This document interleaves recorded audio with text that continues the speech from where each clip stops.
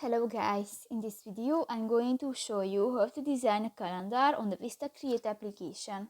But first of all, I just want to mention, please don't forget to subscribe to our channel, because at 100,000 subscribers we are going to show you our YouTube revenue statistics and growth strategy, how to make money online. So let's jump into it.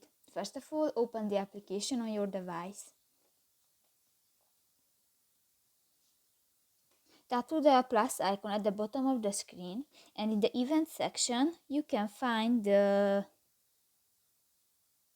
calendar option, and just select a template and click to the use this template button.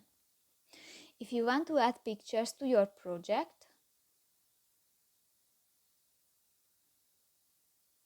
tap to the photo section at the lower left corner of the screen, and here you can search or upload pictures. If you want to change the text, click to the text box. You can delete or change this text. In the font section you can select another font type, and in the style section, for example, you can adjust the size of your text.